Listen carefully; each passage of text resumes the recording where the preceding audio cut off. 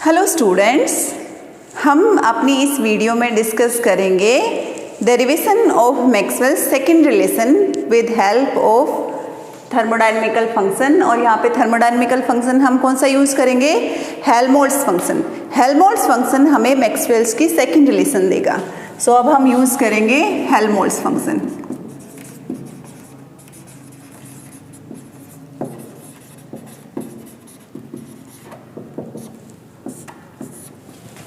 हमारी previous video में हम डिस्कस कर चुके हैं इंटरनल एनर्जी को, कि कैसे इंटरनल एनर्जी की हेल्प से मैक्सवेल की फर्स्ट रिलेशन डिराइव की जा सकती है।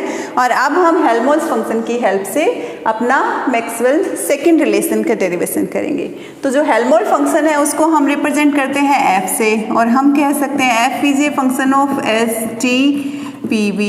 इन चारों वेरिएबल्स का एफ फंक्शन होता है, और जो एफ की रिलेशन इन चारों के साथ लिखी जाती है वो हमने क्या फाइंड आउट की थी? हम लिख सकते थे change in F equals to minus P D V minus change in F equals to negative of P D V negative of S D T. ये हम अपना रिलेशन निकाली थी हमने थर्मोडायनेमिकल फंक्शन की विद दीज थर्मोडायनेमिकल वेरिएबल्स। तो अब इस रिलेशन की हेल्प से हम मैक्सवेल की सेकंड रिलेशन फाइंड आउट करेंगे। यहाँ पे देखो हमारे पास क्या है, जब हमने एफ का चेंज लिया तो हमारे पास वॉल्यूम का चेंज एंड टेम्परेचर का चेंज, ये दो टर्म्स हमें यहाँ से मिल रही है। अब हम मान लेते हैं एट कांस्टेंट टेम्परेचर, जैसे कि हमने अपना प्रीवियस वीडियो में डिस्कस किया था, सेम उन्हीं स्टेप्स को हम फॉलो करेंगे। कि सबसे पहले अगर हम टेम्परेचर कांस्टेंट लेके चल रहे हैं, तो जब कांस्टेंट टेम्परेचर होगा तो उस केस में dt क्या हो जाएगा आपका? जीरो। dt जीरो हो गया, इसका मतलब ये एस डी टी टर्म है, ये आपकी जीरो हो गई। S D T term zero हो गई तो हमारे पास क्या बचा यहाँ से? D F equals to negative of P D V, या फिर हम कह सकते हैं D F equals to negative of P D V, या फिर यहाँ से कह सकते हैं curly F by curly V equals to negative of P at some constant T. यहाँ पे पार्शियल डेरिवेटिव हमने लिया है क्योंकि एफ आपका मोर देन वन वेरिएबल्स का फंक्शन है, तो वी के रिस्पेक्ट में इसका डेरिवेटिव पार्शियल डेरिवेटिव की फॉर्म में लिखा जाएगा। So curly F by curly V equals to negative of P at some constant temperature T. This is our second equation. Similarly हम करेंगे एट कांस्टेंट वॉल्यूम। ठीक है, जब वॉल्यूम हम कांस्टेंट लेके चल रहे हैं उस केस में क्या हो गया हमारे पास? dv की वैल्यू जीरो हो गई, और अगर dv की वैल्यू जीरो हो गई इसका मतलब pdv भी जीरो हो गया। pdv जीरो हो गया तो हमारी ये इक्वेशन कैसे मॉडिफाई हो गई? इक्वेशन हमें मिली df equals to negative of S D T, और यहाँ से मुझे मिला curly F by curly T at some constant volume equals to negative of s. This is my equation 3. So हमें यहाँ पे दो टर्म्स मिली, एक curly F by curly V at some constant T equals to negative of P, and curly F by curly T at some constant V equals to negative of S. अब आप यहाँ पे दे सकते हैं, जब हम हेल्महोल्ट्ज़ फंक्शन यूज़ कर रहे हैं इससे हमें मैक्सवेल की सेकंड रिलेशन मिलेगी।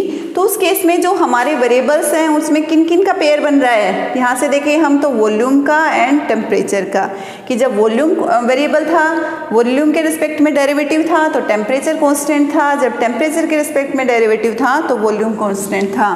तो इस केस में हमें टी एंड वी इन दोनों का पेयर मिल रहा है। अब हम क्या करेंगे, ये इक्वेशन है, इसमें हमारा वॉल्यूम के रिस्पेक्ट में पार्शियल डेरिवेटिव है, तो इसका हम टेम्परेचर के रिस्पेक्ट में पार्शियल डेरिवेटिव लेंगे। यहाँ पे टेम्परेचर के रिस्पेक्ट में पार्शियल डेरिवेटिव है तो इसको हम वॉल्यूम के रिस्पेक्ट में लेंगे। तो इन दोनों इक्वेशन का हमारा मॉडिफिकेशन क्या हो जाएगा?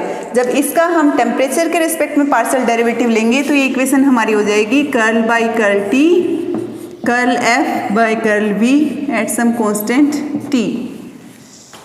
ये था हमारे पास, इसको हमने डेरिवेटिव लिया था तब हमने टेम्परेचर कांस्टेंट रखा था। अब यहाँ से हमें एक क्वांटिटी मिलेगी जिसका डेरिवेटिव हम विद रिस्पेक्ट टू टी ले रहे हैं, तो अब कांस्टेंट क्या रहेगा? वॉल्यूम। तो इस केस में वॉल्यूम कांस्टेंट है, तो जब हम राइट हैंड साइड का भी डेरिवेटिव लेंगे तो उसमें क्या लिखेंगे? Negative of curl P by curl T at some constant V. तो आई थिंक आपको ये क्लियर हुआ होगा कैसे हमने यहाँ पे v को कांस्टेंट रखा। सिमिलरली आपका ये इक्वेशन, इसमें हमारा t के रेस्पेक्ट में ऑलरेडी डेरिवेटिव है, तो अब हम पार्शियल डेरिवेटिव किसके रेस्पेक्ट में लेंगे, v के रेस्पेक्ट में। और जब v के रेस्पेक्ट में पार्शियल डेरिवेटिव लेंगे उस केस में t कांस्टेंट होगा। तो ये इक्वेशन मॉडिफाई हो गई curl by curl v curl f by curl t, जो कि पहले था कांस्टेंट v पे। तो अब जब v के रेस्पेक्ट में डेरिवेटिव होगा तो अब आपके पास टर्म कांस्टेंट क्या आएगी, यहाँ पे हमें कांस्टेंट टर्म मिलेगी टेम्परेचर की। तो s का derivative with respect to v at some constant t। Again आपका f जो है that has unique value. Unique value मतलब यहाँ पे भी हम कह सकते हैं कि जो आपका df है वो एक्चुअल में परफेक्ट डिफरेंशियल है।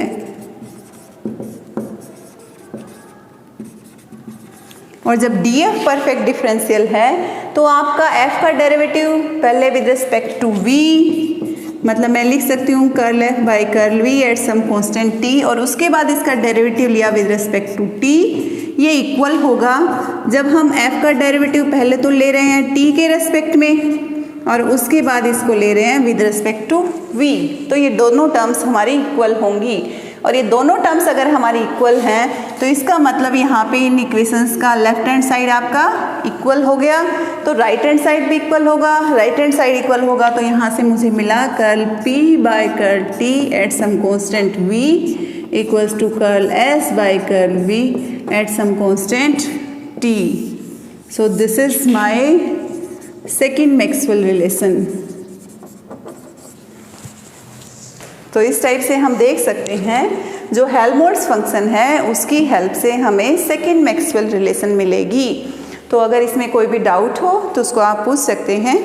अब हम अपनी नेक्स्ट वीडियो में डिस्कस करेंगे कि मैक्सवेल की थर्ड रिलेशन का डेरिवेशन, और जो मैक्सवेल की थर्ड रिलेशन है वो हमें किससे मिलती है, वो हमें मिलती है एंथैल्पी से।